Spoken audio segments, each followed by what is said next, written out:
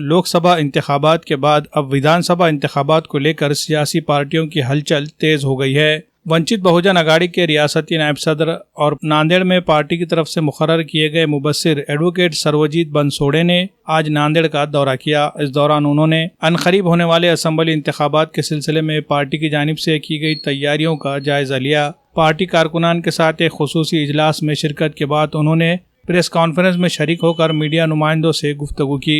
उन्होंने कहा कि लोकसभा इंतखाबात की तरह ही विधानसभा के इंतखाबात में भी पार्टी नांदेड़ के तमाम 7 असेंबली हलकों से अपने उम्मीदवार उतारने की तैयारी में है। उन्होंने मजीद कहा कि वंचित बहुजन अघाड़ी न सिर्फ नांदेड़ बल्कि रियासत के तमाम असेंबली हलकों से पूरी ताकत के साथ इंतखाबात लड़ेगी। हम ये नहीं देखते कि हमारा उम्मीदवार इंतखाबात में जीत रहा है या शिकस्त खा रहा है। हम सियासत को एक तहरीक समझते हैं और जब तक हम अपना सियासी मकाम हासिल नहीं कर लेंगे उस वक्त तक हमारी ये कोशिशें जारी रहेगी।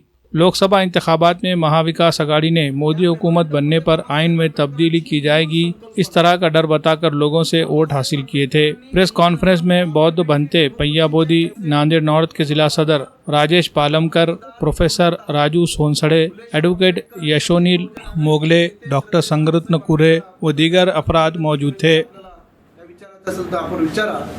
यातली एक महत्त्वाची भूमिका कदाचित आपल्या दमाने हा मतदार वंचित बहुजन आघाडी सोबत येईल याचं काम या 3 महिन्यामध्ये आपल्या सगळ्यांना दिसेल। नांदेड जिल्ह्यातल्या 9 मतदारसंघामध्ये विधानसभा मतदारसंघामध्ये वंचित बहुजन आघाडी एक दखलपात्र राजकीय शक्ती राहत आलेली आहे आणि नांदेड जिल्ह्याचा एकूण राजकीय इतिहास पाहिला तर हा इतिहास बाळासाहेब आंबेडकर नांदेड जिल्ह्याच्या राजकारणामधले एक शक्तिशाली नेतृत्व आणि राजकीय संघटन पक्ष म्हणून कायम या जिल्ह्यामध्ये त्यांनी मोठी दखल देत आलेले आहेत। त्यामुळे नांदेड जिल्ह्यामध्ये वंचित बहुजन आघाडीचा मजबूत जनाधार आहे। गावाखेड्यामध्ये नांदेड जिल्ह्यामध्ये वंचित बहुजन आघाडी बाळासाहेब आंबेडकरांना मानणारा कार्यकर्त्यांचा समाजाचा एक मोठा समूह लाखोच्या संख्येने इथं उपलब्ध आहे। त्यामुळं नांदेड जिल्ह्यातल्या 9 विधानसभेचा जर आपण आढावा घेतला, कारण 2 विधानसभा या हिंगोलीमध्ये आहेत, तर या नांदेड जिल्ह्याच्या पूर्ण मातीमध्ये परिवर्तनवादी फुलेशाह आंबेडकरांना मानणारा मोठा वर्ग आहे।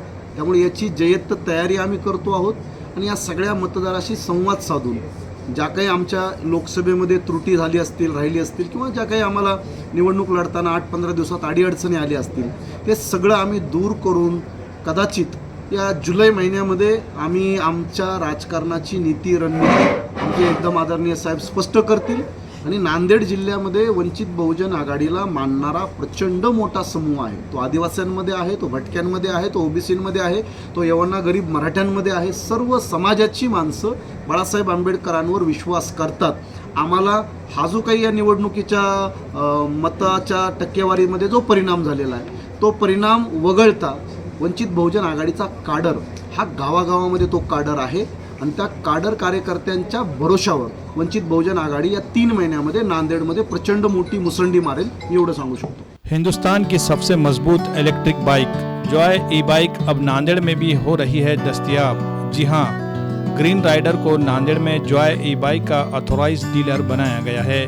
मर्द ख़वातीन के अलावा कॉलेज के तलबा की ज़रूरत के मुताबिक जॉय ई बाइक 4 अलग अलग मॉडल में दस्तयाब है, जिसमें म्यूहूस, गोल्फ और जेननेक्स नैनो। खूबसूरती और मजबूती के साथ साथ ज़बरदस्त बैटरी बैकअप, सिंगल चार्ज में 100 से 120 किलोमीटर की मिलेगी रफ्तार। कम से कम डाउन पेमेंट देकर EMI पर भी मिल सकती है गाड़ियाँ। मज़ीद तफसीलात के लिए शोरूम का पता है green rider joy e bike, रूबरू शिव मंदिर, चैतन्य नगर, एयरपोर्ट रोड, नांदेड़।